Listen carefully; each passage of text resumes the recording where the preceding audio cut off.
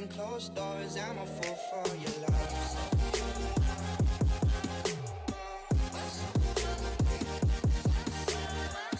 Hello everyone, my name's Anthony and welcome back to the Anthony James Show here on Sports Fan Entertainment. Now today's question is, what is the greatest move made by a franchise in NFL history? Now this question came to mind as I was watching a 30 for 30 the other day. I'm not going to give away that 30 for 30 because it'll kind of spoil who I think it is. But when we're talking about organizations, I'd say there's 5 moves an organization can do that would classify as the greatest move in NFL history. That is drafting a player, trading for a player, picking a player up in free agency, signing a head coach, or signing a GM. Those are the 5 greatest moves. And there are so many that could come to mind for somebody. I mean, where do you really begin with this? It's not a question you hear a lot. So I look at it, I think the easiest argument is to make is for a head coach. I really do. It's hard to say a quarterback or any other position that you draft or pick up in free agency or trade for can do it, because if you think about it, players don't last that long. Even the great quarterbacks don't last that long. I think if you're going to make an argument for a player, Tom Brady's the biggest one that you could do it with, because Tom Brady's has gone to 7 Super Bowls, won 5 of them, been an NFL MVP. He's had records, broken now, but he's had records, big-time records, most passing yards in a season, most touchdowns in a season. He's led a team to an undefeated regular season. You can make arguments for Tom Brady, but at the end of the day, I think you can make better arguments for other coaches, really, because it's hard to say it's hard to say just a player in general. That's why I think you look at coaches. Now, there's 2 moves in particular I think you can make the strongest arguments for. I will start out with Bill Belichick, because Bill Belichick has made the Patriots into the greatest franchise easily in the 21st century and one of the best franchises of all time. I already mentioned 7 Super Bowl appearances for Tom Brady. That's for Bill Belichick too. He's won 5 of those Super Bowls. I mean, you look at this past season, when they didn't have Tom Brady the first 4 games, the Patriots still went 3-1. Belichick, the only thing that's going to stop him is his age. That's really what it's going to be. He's 65 now. How much longer will he coach? Who knows? But he can still do well. I believe he'll do well after Tom Brady's gone. And I think it's hard to make an argument against that. Look what he did with Jimmy Garoppolo, and even to a lesser extent, Jacoby Brissett. He was still able to do well. He's also the GM. So the players that come into this organization, whether it be trade, whether it be being drafted, whether it be free agent pickups, he's the one that makes the decisions.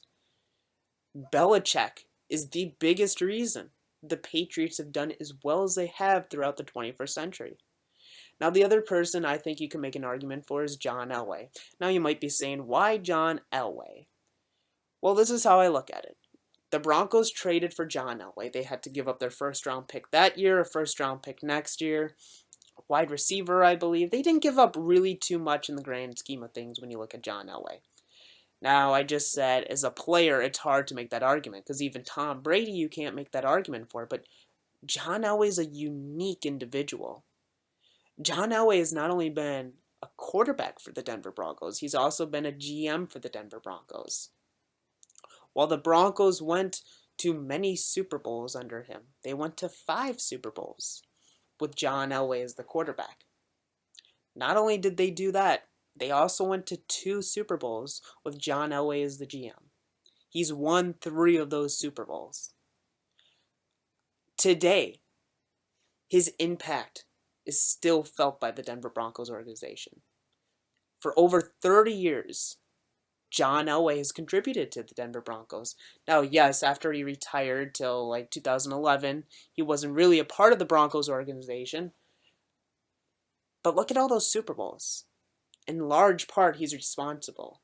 Look at how, after that record-breaking offense, which he helped make, bringing in somebody like Peyton Manning, but that record-breaking offense, when they got destroyed by the Seahawks in the Super Bowl, he responded, getting defensive help, and a couple years later, they won the Super Bowl. Hard to come back from that, but the Broncos were able to do that. And that's why I think you can make strong arguments for John Elway and Bill Belichick. I really believe that. Belichick, it's hard to say that he's not the greatest move ever by a franchise. It really is. But I'm going to say it anyway. I think John Elway is. And that's not to say Bill Belichick hasn't done a lot for the Patriots. It's obvious he has. And if you want to make an argument for Belichick, I don't blame you. And I think there's a very strong argument to be made. The reason I say John Elway is this. Because he is just more than a player. He's more than a player. Now let me tell you that 30 for 30 I was watching. It was Elway to Marino. And after that was done, I thought, let's look at that 1983 draft. A very good draft. But who's still contributing to their teams? The only one that's still contributing is John Elway. And that's just a matter of fact. John Elway is still contributing to his team. John Elway is responsible for 3 Super Bowl wins, 7 Super Bowl appearances. He's done a lot for this organization. This organization's been a winner and all throughout Pat Bowlen's tenure with the Broncos. And John Elway is a big reason for that. As a GM, he's done well. He came in not really having any experience as a GM, but look at what he's done. He has a unique approach. We talk about in the NFL how you should be drafting your players. That should be your biggest focus. But you look at what the Broncos did. A lot of their big stars on defense, they were able to pick up in free agency. Look at TJ Ward, Aqib Talib, DeMarcus Ware. Those were free agent signings. Those weren't draft picks. They were free agent signings. Emmanuel Sanders on the offense. Peyton Manning at quarterback. A lot of the moves the Broncos made are through free agency, and when people harp about the fact you need to draft, and well, yes, the Broncos have drafted, Von Miller example. Let's not forget what the Broncos have also done by bringing in free agents, and I think John Elway is arguably the best GM right now at bringing in free agents, because look at the success the Broncos have had with that. And if you want to talk even beyond the Denver Broncos, he owned an AFL team, Colorado Crush for a while. He had several car dealership businesses, sold for millions of dollars. So if you want to talk about just the state as a whole, John Elway's done a lot for the state of Colorado. And to me, I mean, you don't even need to include that, but that's just to point out all that he's done for the state of Colorado, beyond even the Denver Broncos as an organization.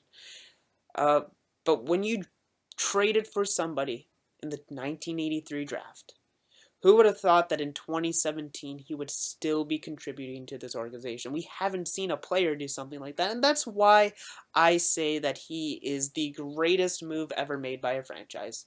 Because over 30 years later, the Broncos are still reaping the benefits, and it's mainly that reason I'm going with. Because when you look at it, over 30 years, John Elway's helped the Denver Broncos. When you look at Bill Belichick, it's like, 17 years? So about half of what John Elway's done. And I know, he wasn't there the entire time.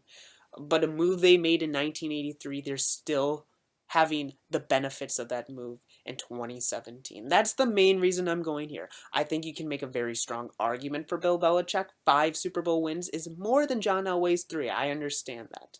They both have gone to 7. At the end of the day, yeah, Belichick, that was a great move.